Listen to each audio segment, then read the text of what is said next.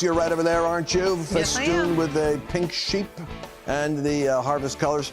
Listen, man, there's so much going on right now that I see is good in the midst of shaking. And you can focus on the darkness that's coming upon the earth, or you can focus upon the light that is shining on God's people. Both are promised as simultaneous phenomena. The shaking and the unshakable kingdom are both meeting. Put your feet on that which is permanent. By the way, there's a movement happening now in almost every area, Mercedes. I'm seeing it in business, in economics. They're trying to shut us down and hurt us. They're weaponizing us by using our own money against us. And before I even go another moment into this broadcast, I want to talk about how, like AT&T and these carriers, these are some of the biggest supporters of causes that are fighting you, so that not only do you have to go out against the devil, you got to go out against the corporation, and you're helping fund them. You know why? Because you don't have an alternative. You got to pay them for the service, and then they take a portion of their profits and give it away to causes that fight you. But not so with Patriot Mobile. Patriot Mobile is the one telephone carrier that has superior coverage, convenience, plans that you can flip over to that are painless. They don't cost you anything, but your money is finally going to go to someone that uses a percentage of the profits for conservative and kingdom impact. That's patriotmobile.com/Lance.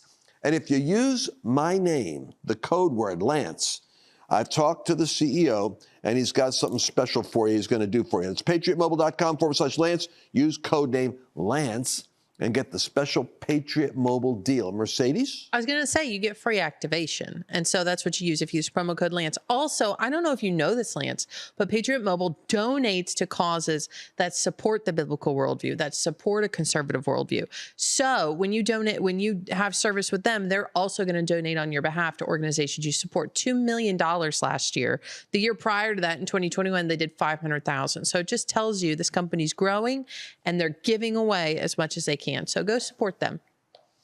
I'm telling you. So let's get right into today's show, but make a note, Patriot Mobile, make the switch. You're going to be glad you did. Every time you use your phone, every time you send a text, you're supporting the cause. All right, let's go. Let's get right into the prophetic flow of what's happening now. You know, the big thing that has taken place in the last 60 days is the shift of the whole global community on the Middle East. And why is the shift back to the Middle East?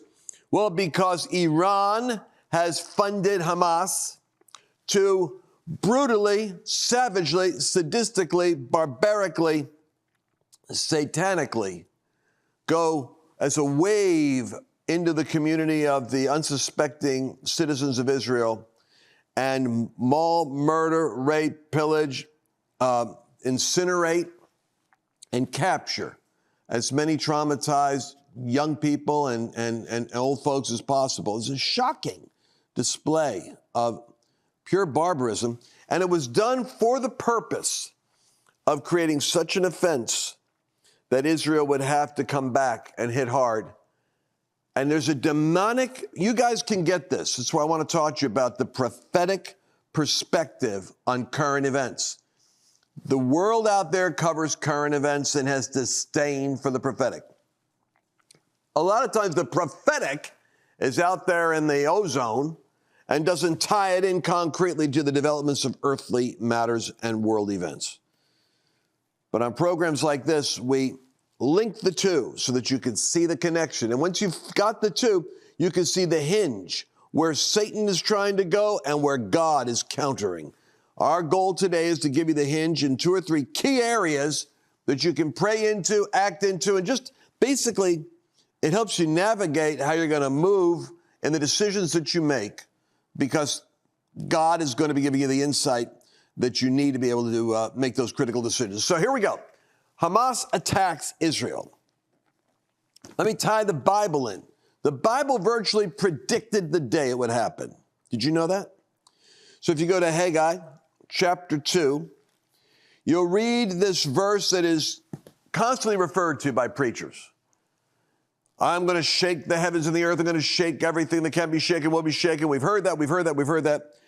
Verse 7, I will shake all the nations. Verse 6, once more I will shake the heaven and the earth. And then God says he's going to shake it all. And what's interesting is the day the prophecy is given. Chapter 2, verse 1. It's the 7th month, 21st day of the month. The word of the Lord came to the prophet. I'm going to shake everything. Now, that day, 7th month, 21st day, happens to correspond to the Feast of Tabernacles in the 7th sacred month. On the 21st day is the end of the Feast of Tabernacles. The Feast of Tabernacles is the great end-time feast. It's the feast that is the end-time harvest. Jesus says the harvest is the end. It's the harvest of nations. It's the harvest of souls. It's the harvest where the double portion outpouring comes down, which is Joel's prophecy in the last days I will pour out my spirit on all flesh, the former rain and the latter rain. Now, what's curious to me is the 7th month, 21st day of the month, is the last day of the Feast of Tabernacles. What was the day when Hamas attacked Israel? It was literally, in their sacred calendar, the 7th month and 21st day of the month. It was on your calendar, October 16th. October 16th, listen, was the last day of the great Feast of Tabernacles. How is it that the prophet, all the way back then, was able to, this is what's amazing about the Bible. The very verse that we quote about shaking everything that can be shaken was given on the day that the Middle East began to erupt in a local and a regional military conflict. So it's right there on that day is when the shaking starts. But what is God doing in the midst of shaking? He's building a house. I want you to see this part. I'm going to shake all the nations, verse 7. And the desire of all nations shall come. I'm going to fill this temple with glory. The silver is mine and the gold is mine. And the latter temple shall be greater than the former. And in this place I will give shalom, or I will give peace. God's house, God's people are going to have a supernatural peace upon them in the time when the shaking is taking place. All right, so let's go into another direction here.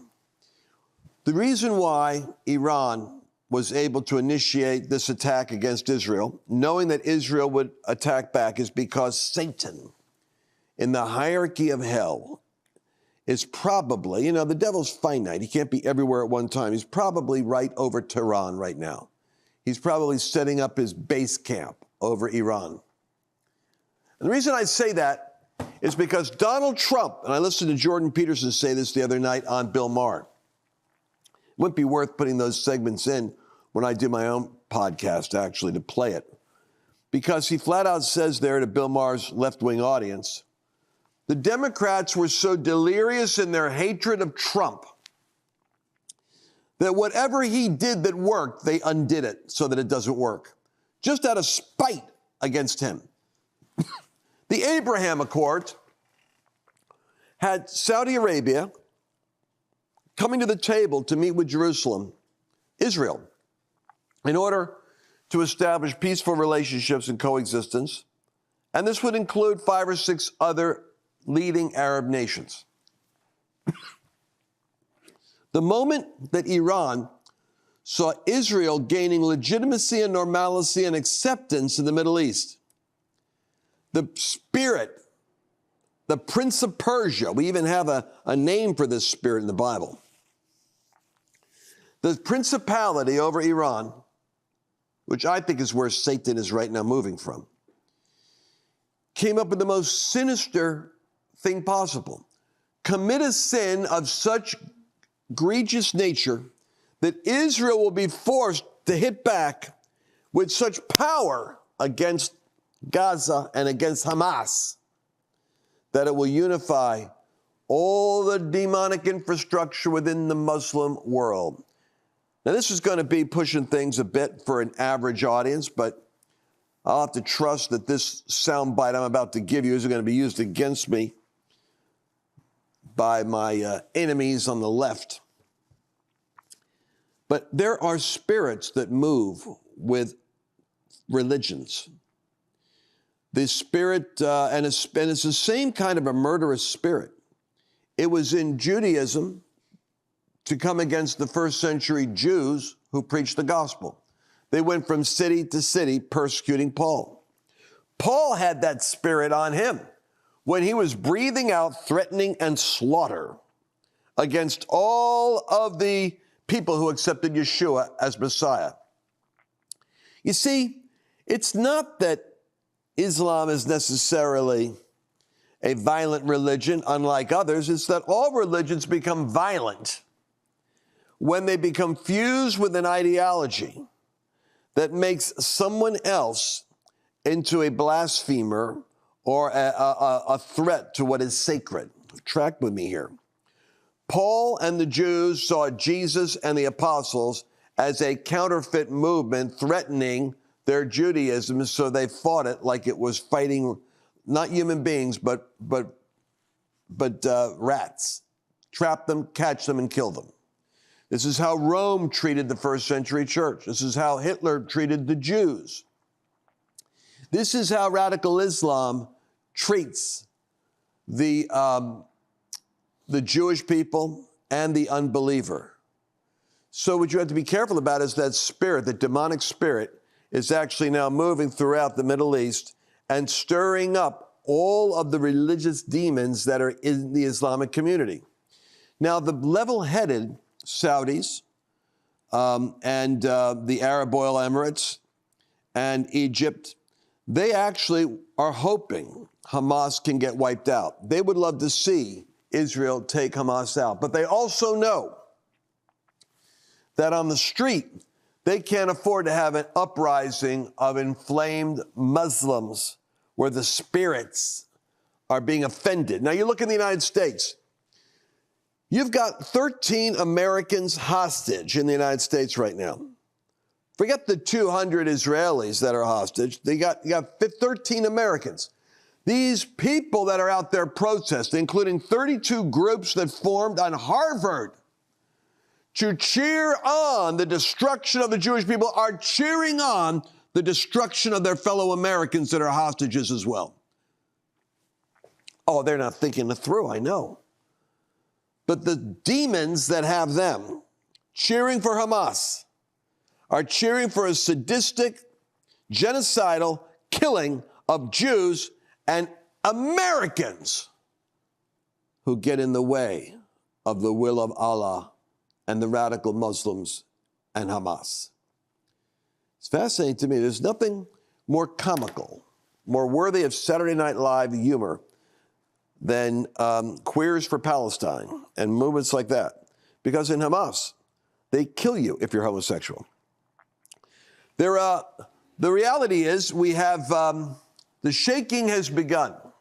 And I believe we're going to look back on this day as the beginning of the cycle of end time shaking. Give you a piece of information you might not have known. There was a meeting in Riyadh this week, not covered by American news, where American news cycles are so narcissistic. I mean, if the Kardashians come out with a new bra, you're going to find out about it in the media. But if President Erdogan of Turkey gathers all the Muslim states together and declares, like the Antichrist, that he wants to see an ending of the division of the Shiites and the Sunnis, the historic division between Iran and Saudi Arabia and Iraq and Syria. It's time to unify against the United States and the Jew. You didn't hear that in the news, did you? Now, Turkey happens to have a military that's stronger than Israel. It's nothing to be sneezed at. They've got 1 million soldiers. In Israel, every old man, every young man, every brother, every nephew is now armed. They got a standing army of like 400,000. which is remarkable for a nation of only like 8 million Jews or so. But 1 million mobilizing from Turkey, including Turkey as a nuclear power. So you can't use nuclear deterrence, which Israel will do with Iran, because Iran has said that if they can get the nuclear bomb, they'll drop it on Tel Aviv. They'll drop it on. They won't do it on Jerusalem. They'll do it to Tel Aviv. I'm going to say something. I want you to hear this. You're living in an unprecedented period of shaking that has just begun on the day that was prophesied by Haggai, indirectly because the Lord spoke to him on the very day that Hamas started the Middle East wars. That was the day and the Feast of Tabernacles. But what is Satan trying to do? He's trying to disrupt God's end-time harvest. How do you pray? This is where I think Christianity is kind of interesting. There are Christians who are going to pray for the rapture. They want to go. You don't have to pray for the rapture because that date is set by the Father. It's going to happen whenever he wants it to happen. But I would say that the rapture focus should not be what you're focused on. You should be focusing on thy kingdom come, not me get out. Thy kingdom come, thy will be done on earth. And that means that God has a plan for planet Earth right now. Here's what I believe. I believe if Biden and the Democrats weren't so stupid so as to undo the Abraham Accords, to give $6 billion to Iran, who is funding the terrorist cells in Lebanon, in the Houthi rebels, with Qatar, where they got 3 billionaires staying at the Ritz-Carlton, directing the Gaza battles over there because they're smart enough to have taken all the money the United States sent, the UN sent, and taken it and built tunnels underground, get weapons from Iran, $6 billion for funding, and then go over here and live in a hotel and call in the coordinates and the directions for everybody else over there that's on the payroll in Hamas land at PLO. What I'm saying is, if the Biden administration hadn't been so stupid so as to undo the Abraham Accords, Israel and the Middle East would have peace right now, and Iran would be isolated and not able to do what it did. But they had to undo that. Everything Trump did. Worse yet, Saudi Arabia said they were willing to go do something, and Biden made some stupid interference with working with Israel and getting the peace accords going and tied it into some green energy thing, or BLM, critical race theory development, some classic bit of ignoramus wokeness, which really goes over so well, as you know, in the Middle East. When Trump went over there to Saudi Arabia, first things Trump did when he got elected, he goes over to Saudi Arabia and they do the sword dance. Remember that? Woo! They love Trump. You know why? He's like a sheik. He's one of them. He's one of the royalty. He's a royal. He's a billionaire with a tent and a harem and whatever else. And they felt like they understood him. When Biden comes out, he barely gets a fist bump through the window of a car. That's it. Well, I'm saying all this because the reason why we're in the mess we're in is because Trump wasn't on the scene since 2020. And I won't get into the whole election situation. You guys have, where Joseph Z and I are on all that stuff. But I'm saying God has factored all this in. But could it be that God's end-time harvest, he's not going to allow World War III to erupt? Erdogan, by the way, president of Turkey, keep him on your radar. I knew 45 years ago, I already knew this cat. I got him figured out. Because he said, we need to see the caliphate, the reunion of all the Muslim nations, and me, fearless leader, as your head, I will be your leader. And so he wants to be the Antichrist unifier of the Muslim nations as a caliphate in the Middle East to lead global jihad against the infidels. Well, is there anything good about what's happening? Yeah, I think it's good. I think the fact that he's headed up this meeting down in Riyadh, they had a vote. We're all going to cut off all trade and business with Israel. We hate the Jews, right? No, the Arab leaders are going, well, we're all together. We're together now. We're together because they're all doing it because they're nervous about what's going on in their streets. They're nervous about the impact of stirring up all the demons because of the Gaza attack from Israel. But they did not vote to stop doing business with Israel. Pray for Mohammed bin Salman. He is the Saudist ruler in the Arab Oil Emirates, one of the Saudis that you actually want to keep track of. He understands how to work with the Jews. His mother trained him to be, let's say, to avoid the extremism of the Islamic faith. He's a businessman, and he's a 21st century man, and he sees terrorism and Muslim extremism as a danger to Saudi Arabia. What I'm saying to you is, I don't believe God wants this to evolve into Iran and Turkey getting involved with a military engagement with Israel, which would suck the United States into a conflict, which would bring Russia in on the side of Iran, which would be world war. That's where the devil wants to go. But hey, this might backfire. Do you know where the unintended consequence is? It's forced the extremism on the American campuses to come out of the closet. This portion is too hot to handle for social media. Go to lancewallnau.com/podcast to listen to the entire show. All right, I'm digressing, but I'm going for a reason on that journey.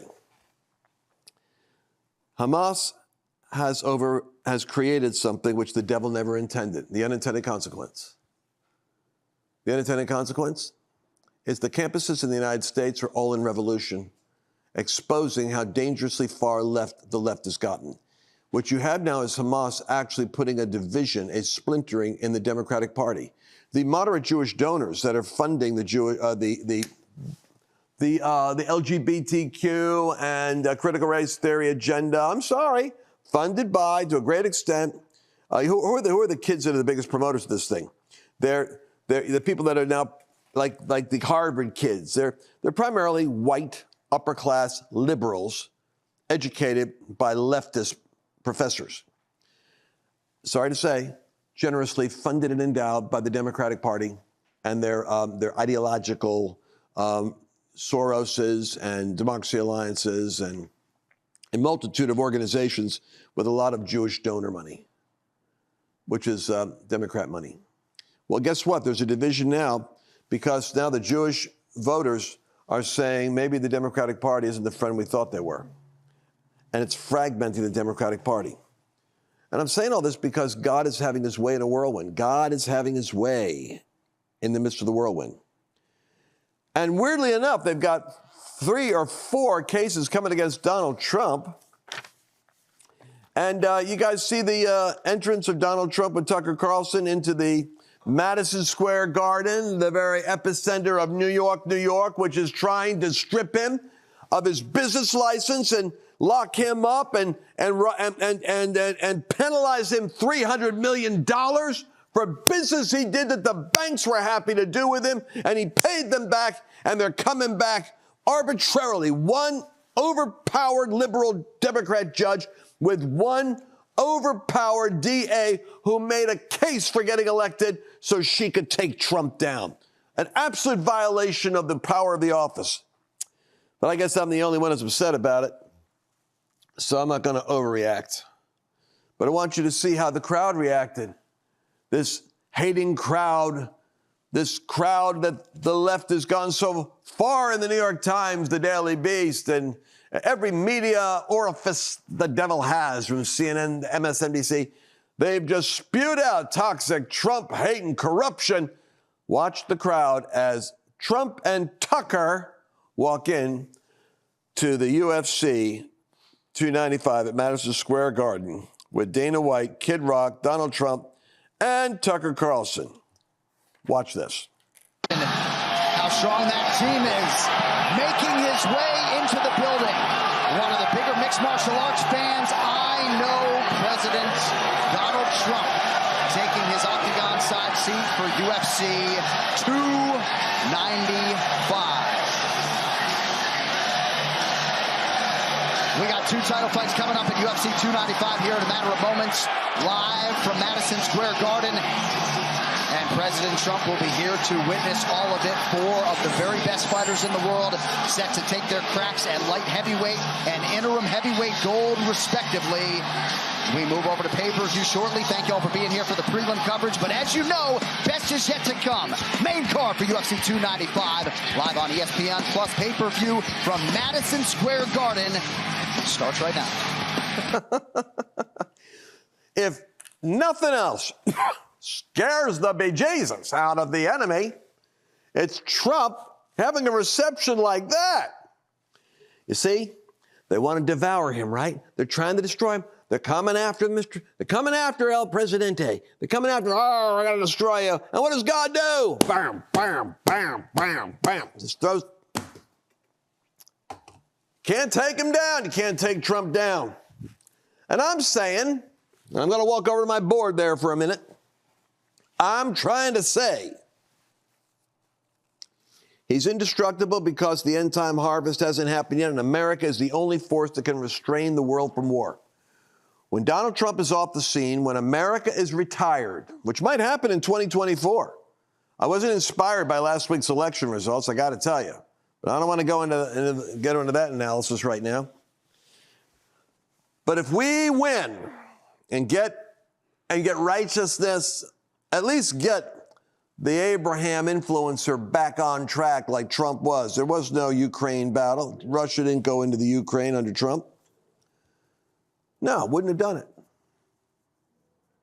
China wasn't taking over the Taiwan and the China Seas and intimidating Philippines and taking over that whole part of the world.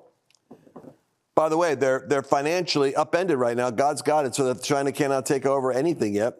They got to come to Biden in San Francisco and meet with him to get him to relax some trade and taxation requirements that Trump put in there for America and begin to rig the game so that his buddies in the Communist Party can get some financial relief. China's trying to undo us. They brought Iran and Saudi Arabia together, but we're going to go bail them out again. Why? Because it's a suicidal impulse of lawlessness to self-destruct unless God's people rise up. I don't believe God's going to let them have the timing right now to win. I think God's going to give us victory. I think the end-time harvest belongs to Jesus, and I don't think world war helps the end-time harvest. No. I believe it's going to be held back. I don't believe the United States has got to go down right now. I believe that by the miracle grace of God, a grace of extension will come along. I think we're going to have a couple of years, I believe, of extended grace. I think Trump has a good chance. Listen, they haven't been able to kill him. If the devil could have killed him, I think he would have killed him. JFK, Bobby, Jack, done. CIA wants to get him, FBI, whoever it was that did it. I'm going to tell you something. You don't think they'd love to take Trump out? It's like the story of Job. I think God had a meeting with the devil and said, you're going after his business, going after his reputation, going after his name, get the Access Hollywood video, go ahead, play it. Don't touch his body or his family's body. You can't have them. Woo! The devil's got a limit. The devil's on a leash, people. By the way, I'm talking about the end game. I don't think we're going down now. I think we're going over. I think we're going to have the greatest days in the world. But I'm just trying to give you the prophetic landscape. Why it is that without Trump, there's a restraining force. Without him there, the Middle East goes to war. Without him there, Russia goes to war. Without him there, China goes to war. With Trump there, everybody backs up. You know why? They don't trust him. He's not right. As far as they're concerned, you never know. Do you know what Trump did with Putin? And he admitted it. He said, well, I met with him. And I told him that when I'm president, if he goes into Ukraine, I'll nuke Moscow. And he looked at me and laughed like, you're overreacting. What are you saying? He goes, I didn't laugh. I just acted a little nutty. I said, hey, that's what I'll do. And the interviewer said, here, put another 5 minutes on the clock here. I'm going to go a little over. The interviewer says to Trump, well, do you think he took you seriously? Here's what Trump said. The guy's so brilliant. He said, that's the point. He's got 10% doubt, doesn't he? He doesn't know what I'm capable of. And as long as I'm in his head and he doesn't know, There's a chance I might. There's a chance I might. You don't take that chance when you're dealing with somebody like me. So Trump had that card.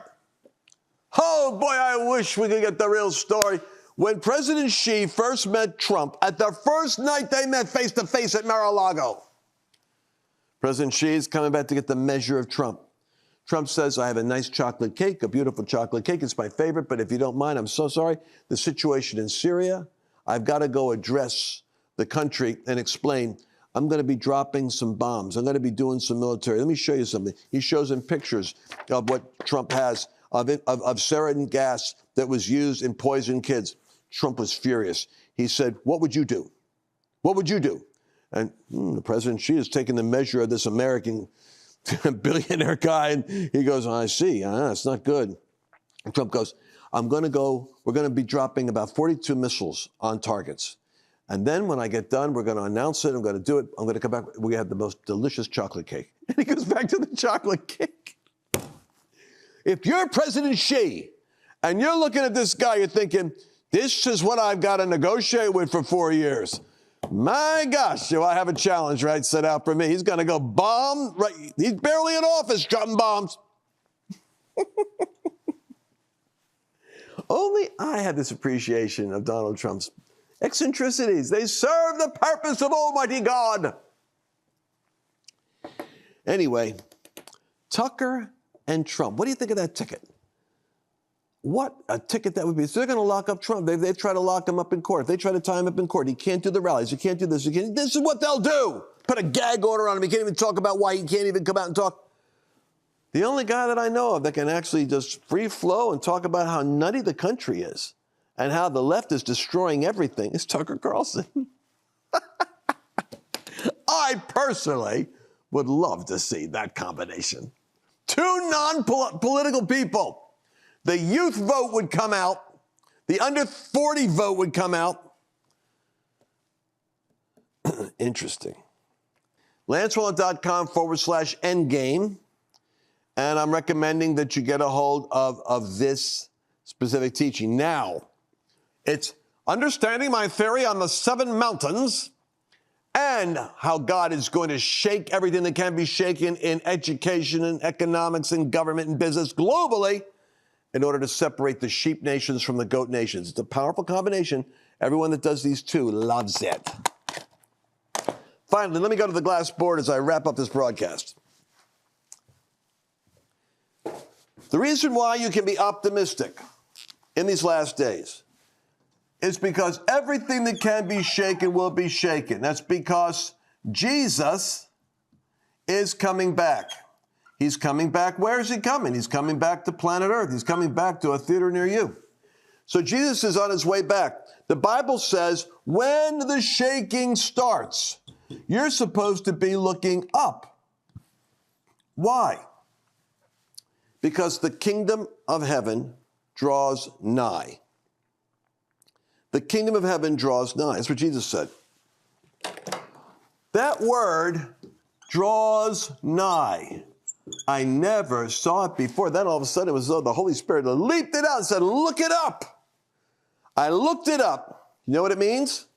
The kingdom of heaven draws near. It refers to, catch this, geographic proximity.